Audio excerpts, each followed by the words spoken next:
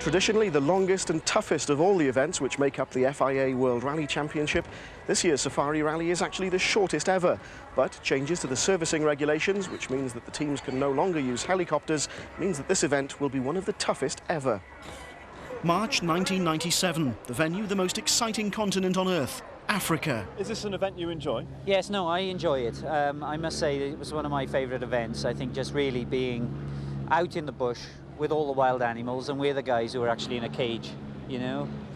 We're actually in the zoo, so it's nice to see the wild animals. It is a real challenge. I mean, it's very rough and demanding on the car and the driver, and I think it really is a total effort from the whole team. Ian, you know your way around here. What can the drivers expect over the next 3 days? A lot of holes, a lot of dust, and a lot of rough bits of road. It's not going to be so easy. It's a bit more difficult because this year we are not allowed to servicing from the helicopter, and it makes it a bit more tricky. 2 European rallies had already provided an exciting, if slightly gentle, start to the season. But the longest, toughest and most demanding event in the calendar is Kenya's Safari Rally. The capital city, Nairobi, once again played host to the rally, but it's the plains which host the action. Helicopters and dust essential features, as are the local road users and the rocky unmade tracks over which the rally is fought out. A new feature this year is that on the first day of each rally, the current leader of the Drivers' Championship enjoys the privilege of running first on the road. So it was the Ford Escort of Carlos Sainz and Luis Moya which led the crews away from Nairobi. It was also one of the first cars to run into problems. A puncture on the opening section cost around 3 minutes, but there was worse to come. The changes to the servicing regulations may have meant that helicopters were no longer allowed to land to service the cars, but all the leading crews still had spotter helicopters flying ahead to check the road. The Ford team missed a Gazelle running across the road in front of Sainz, who swerved to avoid it. A seemingly simple incident which would end in disaster. The exchanges on the in-car intercom and the radio tell their own story. Tell me the animals, please. Tell me the animals. Carlos, para, porque si no, nos vamos a dar una hostia. Mira, perdimos la rueda, Luis. Hostia. Te lo dije. Carlos, está apretado. Si no funciona la pistola, la apreté, la reapreté. Todo lo que pude y más. Todo lo que pude y más, porque le di más retoque. Helicopter, we lost the wheel. The wheel nuts are broken, so we cannot continue. That's the end of the rally for us. A disbelieving Sainz and Moya can only stare in amazement. Their rally is over after only 90 miles. 12 months before, the helicopter would have been able to offer assistance. Now, it could only provide a ride to the next service area.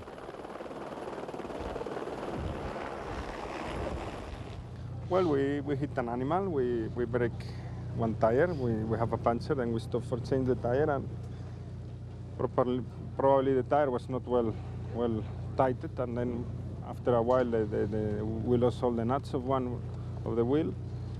But I mean, that is, for me, stupid to have this regulation. We said before the rally, you know, you come here for 2 weeks, spend a fortune, and just because you are not allowed to have the service by the helicopter, like the helicopter is flying up there, the cost is there, and I mean, that is not good for the spectacular and not good for anybody. And I hope finally the FIA understand what is rallying and what we are doing.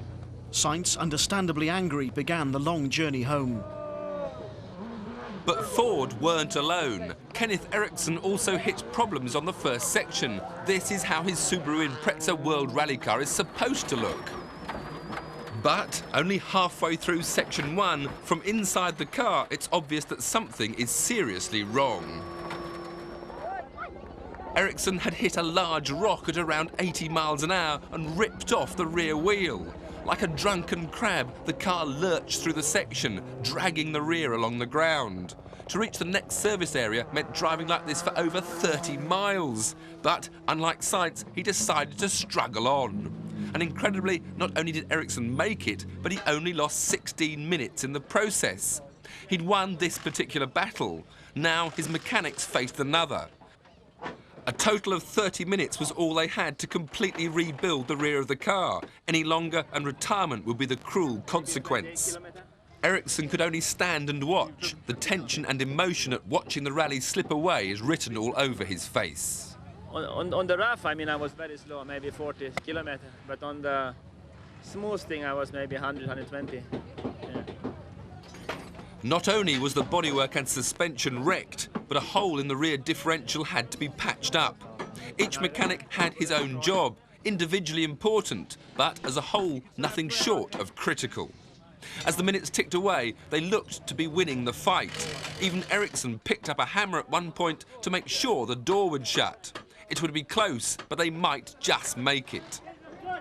But co-driver Staffan Parmander had been watching the clock and broke the bad news. They'd failed by just a few seconds.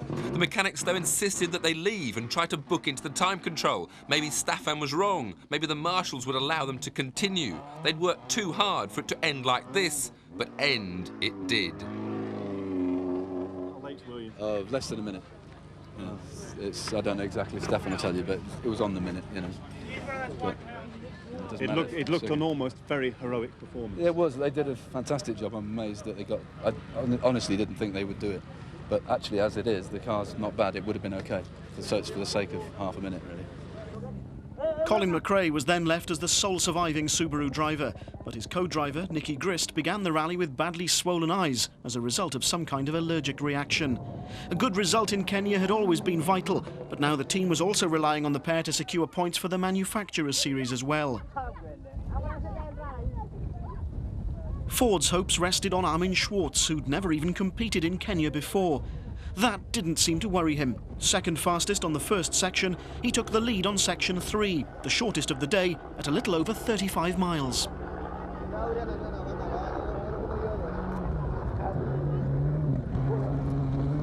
The thick, choking dust had been expected to delay anyone unfortunate enough to catch another car, but strong winds on day one meant that it wasn't a problem. It certainly wasn't for Schwartz, who caught and passed Tommy Mäkinen's Mitsubishi on section 3 after the fin was delayed by another puncture and wheel nut problems. Mäkinen won the Safari last year on his way to becoming World Drivers' Champion. This year the rally didn't start well. He left the road on section 1 and crashed into a bank. That, combined with a puncture, cost over 3 minutes. On section 2, though, the Finn set the fastest time and took a short-lived lead, losing it to Schwartz soon afterwards. Mäkinen's teammate was Englishman Richard Burns. He too had a shaky start, battling with clutch problems for much of the first day.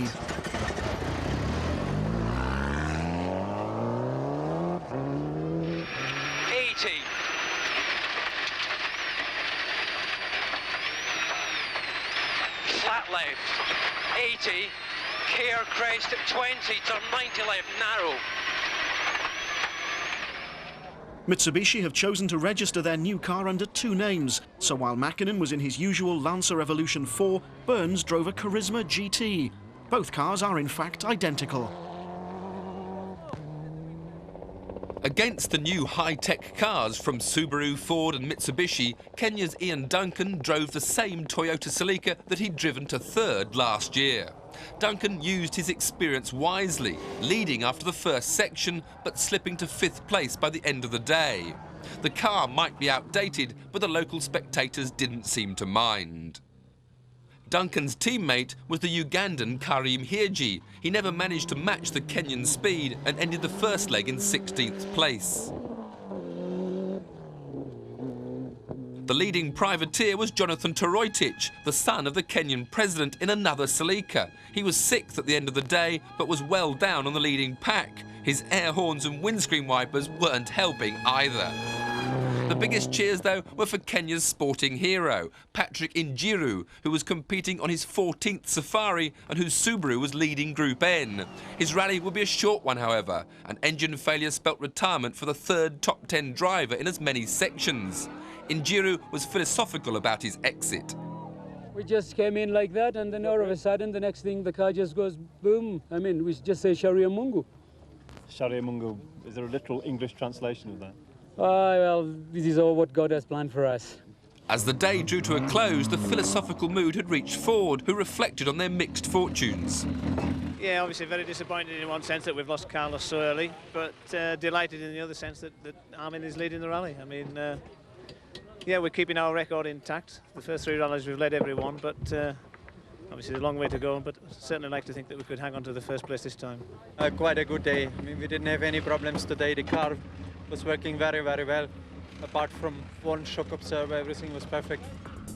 Schwartz then led for the first time as a Ford driver, but Burns, McRae and Mackinnon were separated by just 11 seconds after over 3 hours of competition. Sunrise on the second morning signalled the start of the longest day. The strong winds had gone, leaving the thick dust hanging in the air long after each car had passed. Since the Safari is still run on open roads, even Armin Schwartz wasn't immune. But dust was the least of his worries. On the opening section, he and co-driver Denis Giraudet were forced to stop and repair a broken rear shock absorber. That cost around 27 minutes and dropped the pair to 4th place. On the next section, yet more drama, when the soft rear suspension caused damage to the tyres. 6 more precious minutes were lost. Tommy Mackinnon must have wished he'd been as lucky. The first of the day's sections, over 90 miles, saw him puncture 3 times. The car only carried 2 spares, and when he tried to struggle on, the rear suspension collapsed, the rear drive shaft failed, and eventually the front transmission gave up as well. By comparison, Colin McRae hurtled through the first section completely unscathed. With the all-seeing helicopter never far away, the Subaru grabbed the lead, although some cunning tactics also played a part. McRae deliberately checked out of a time control late, collecting a 20-second penalty, but gaining a vital extra 2-minute space between himself and Richard Burns, ahead of him on the road. The dust clouds which troubled others weren't then a problem for McRae.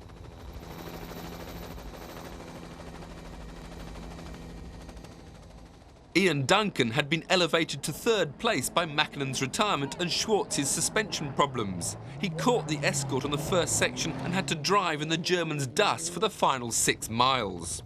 Duncan's biggest worry, however, was his front suspension. Once it was fixed, he could concentrate on catching the pair ahead of him.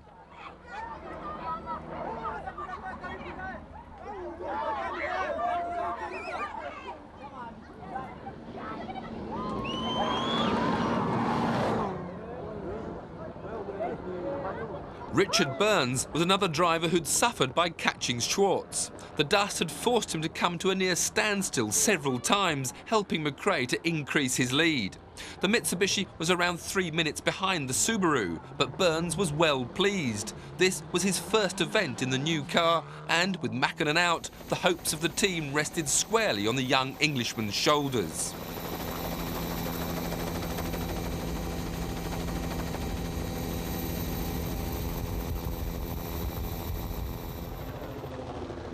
The day's 3rd section caused a heart-stopping moment for the leader. His helicopter was able to warn McRae about traffic or animals on the road, but there was one man-made obstacle which it missed.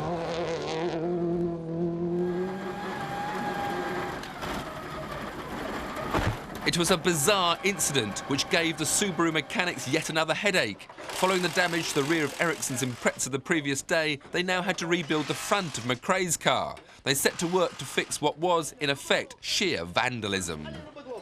Somebody had built a stone wall across the road, and the helicopter didn't see it. They reckon it must have been after they passed, because as soon as they went back to check, they saw it. We thought we lost the whole front, to be honest, but in fairness, I mean, I think we've been fairly lucky, but it's going to be certainly suspension, TCAs and maybe a steering rack, so I don't know, the guys are working like hell now at the moment, so we have to see. Just as on the opening day, they were up against the clock. Besides the allotted service time, they were allowed an extra 10 minutes, during which they'd be penalised 10 seconds for each minute they took. Any more than 10 minutes, and McRae would join Ericsson on the list of retirements. Just like Ericsson's dramas 24 hours before, the work wasn't without an element of tension. Unlike his teammate, though, this was a battle McRae's mechanics would win. They took just 3 minutes longer than the service schedule allowed, so 30 seconds was added to his time. He was still in the rally, and more importantly, he hasn't lost the lead. The car's taken it into places where it's designed to cope with a bit of abuse, so it's not too bad. So. He needs to be careful because he can win this event. Oh, I'm sure he can win it, yeah. That kind of thing is typical of what happens on this event, and hopefully that's Colin's turn for the drama, and he's got away with it. If Richard or Armin or whoever have their turn, you know, we'll all end up square, so...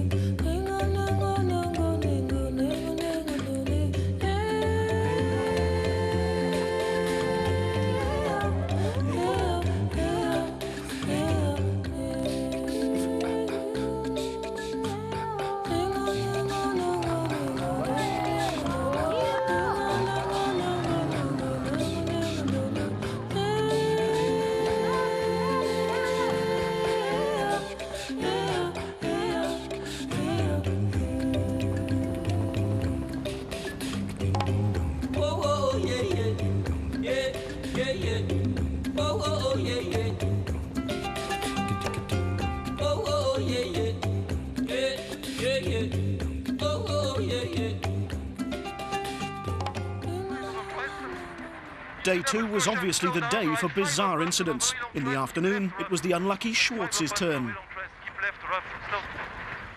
There's no throttle anymore. Sorry? Take your shoe belt out. What do you want? Take your shoe belt out. Take it out. When you've a broken throttle cable, the answer presumably lies at your co-driver's feet. Long bootlaces. The other one as well, Dini. And put them together.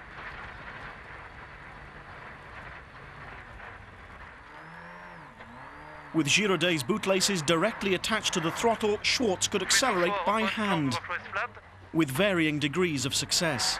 18. Shift up, down, up.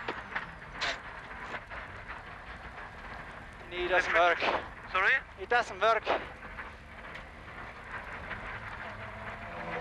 An inspired piece of ingenuity from Schwartz, a former mechanic, enabled the Escort to limp to the next service area where it could be fixed. It might not have looked the part, but the improvised throttle cable only lost 6 minutes. I think I am ready to go in jail. I have no more things on my shoes, nothing else. So now we have broken the throttle cable, and Armin has a very good idea. He borrowed my shoes, and now it's working. But we did 30 kilometers like that on the stage, so not the best way to do it. Well, probably it helps that I have been a mechanic, but immediately when the throttle went to the floor, I know immediately what to do. I mean, it didn't take me long to know what to do. I mean, it shows the will and the determination to finish the rally, and after what he's encountered this morning as well, losing the time that he did, it's a very, very gritty performance. The last of the day's 5 sections saw Richard Burns set the fastest time. He took 3 minutes off McRae, and the scene was set for a thrilling last day battle between the pair. McRae must have breathed a sigh of relief as he headed back to Nairobi. Despite the scare caused by the wall, he'd start the final day in the lead. You have quite a substantial lead, but given Safari, how important do you think that is? Well, Safari, I think the lead's probably about 6 minutes now, so 6 minutes in Safari is probably 6 seconds in any other event. So it's not an awful lot. We still need to be very careful. I mean, it depends how hard you choose to go. If he goes about the same speed as me, then there shouldn't be any. I'll be over the moon. Yeah, very happy. 6.5 minutes, in fact, the gap between first and second. Third, a further 2 minutes behind, was Duncan's Toyota, while Schwartz was a distant fourth. Another African sunrise greeted the crews as they set off to tackle the final leg. Day 3's route was an exact rerun of the first, but Armin Schwartz wasn't likely to be leading at the end of it this time. The fact that he was still going was as much testament to his skill and ingenuity and that of his mechanics as his undoubted driving ability.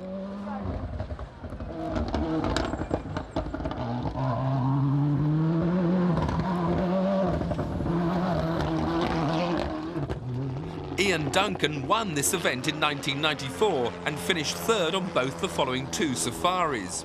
His experience meant that he was more than happy to keep his own pace and wait and see if the drivers ahead went off the road or broke something. To finish first you have to finish. Mind you, he wasn't exactly cruising around.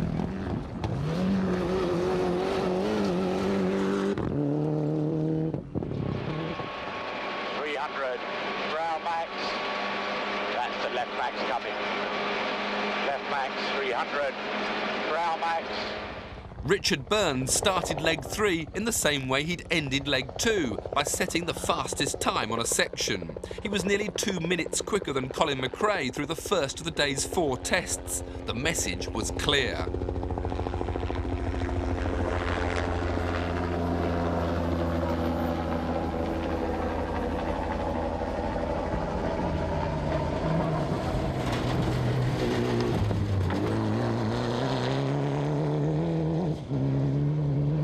McRae must have thought that Subaru had used up all their bad luck in the first 2 days. He was wrong. Day 3's problems were about to begin. He must switch the fans off, Nigel. He must switch the fans off. We'd like him to keep going if he can. The only thing we can think of to try is the battery pack that he has for the nut runner. if he can cut the wires off, he has got some bolts, a reasonable amount of charge there in the nut runner that he could use to top up.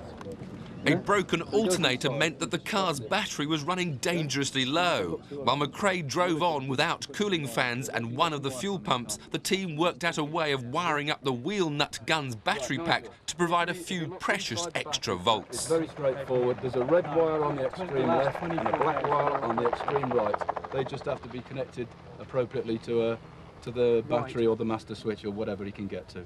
For the second time in 2 days, the Subaru mechanics had kept McRae in the rally, and they hadn't even touched the car.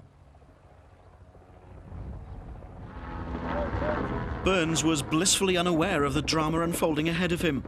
The Mitsubishi team helicopter had overheard the Subaru radio, but hadn't told him for fear of interrupting his concentration. It was just as well. Burns was about to have his own, less serious problem to worry about: a puncture. This side, really? Yeah, I know.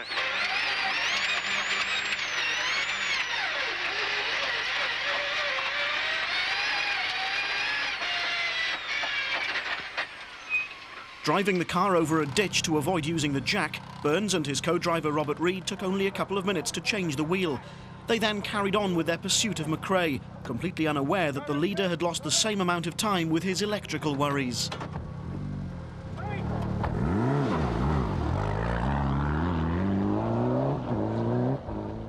As the tense battle for the lead unfolded, the remainder of the top 5 places had been decided.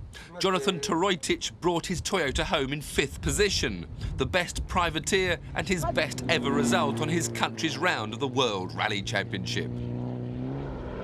4th was Schwartz, although his problems continued. He stalled the Escort on one section and then burnt his arm repairing a loose starter motor cable.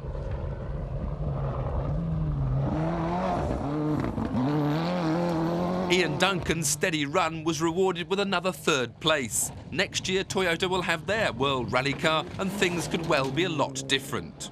Despite McRae's last-minute dramas, Richard Burns finished 2nd.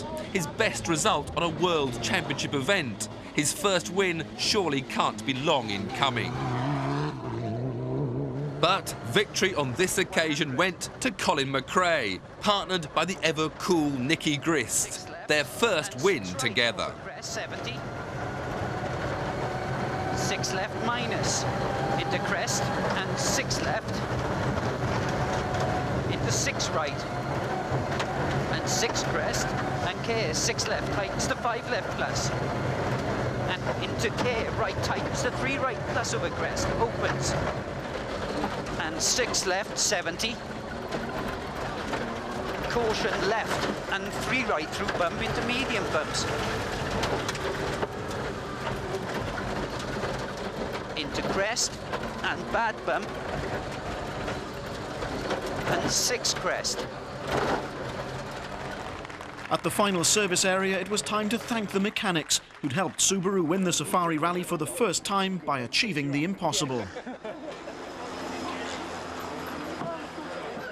Patience and just really sensible driving, it has to be said, has brought us the result today. The first victory for the new McRae Grist team. How sweet is that? Yeah, it's good. I mean, there was no doubt that it was going to happen, and it's nice that it happened in a rally like this. I'm sure a lot of people wouldn't put a bet on me for this event, so it was nice to prove them wrong. Besides Subaru's first victory in Africa, the Safari also saw another first. British drivers finishing 1st and 2nd on a round of the World Championship. Plenty of reasons to celebrate then over at the Mitsubishi camp. Is this the best result you two have had? Yeah, we were 3rd on REC a couple of years ago, so a World Championship rally is his best result, and it's very, very satisfying given the tough nature of the event. I guess you would have settled for 2nd, wouldn't you, at the start of the event? Yeah, I've been very happy if someone said he was going to finish 2nd, and I mean, I'm pleased. It's the best result the Evo 4's had this year. It's my best result in a World Championship, in a full World Championship rally, and 2 British drivers, 1st and 2nd, so I'm very happy.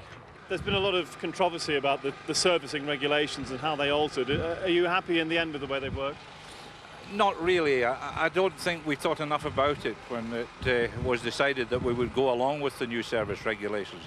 I think this has got to be considered, this event's got to be considered as a unique event, and I think we need to reconsider the servicing arrangements, because you know, it's not right that we should lose 2 top cars on the first 2 special stages just with small problems with the car. And we don't like to see that happen, even though it happens to the opposition. It certainly doesn't do the reputation of the event any good. Yeah, I think we should consider the rules as we've had them this year very carefully before we start next year. You're leading the World Championship? Yeah, it's okay. It's only the 3rd round. There's a long way to go, but it's nicer to be in front than be behind. After 800 miles of competition, McRae won by just 7 minutes from Burns, with Duncan a further 4 minutes back and Armin Schwartz over an hour and a half behind McRae. The Drivers' World Championship table now looks slightly different. McRae moves into the lead, with Sainz 1 point adrift. Piero Liatti and Kenneth Eriksson share 3rd place, while Mäkinen is 5th. There's no change, however, to the leader of the Manufacturers' Series. Subaru have 33 points after their hat-trick of victories. The championship returns to Europe for round 4, the Rally of Portugal. 2 years ago, Carlos Sainz snatched victory for Subaru after a thrilling last-day battle with Toyota's Juha Kankkunen. Can Sainz repeat that result and claim his first win for Ford's World Rally car? Will Subaru continue their domination of the series? Or can Mitsubishi finally taste victory for the first time this year?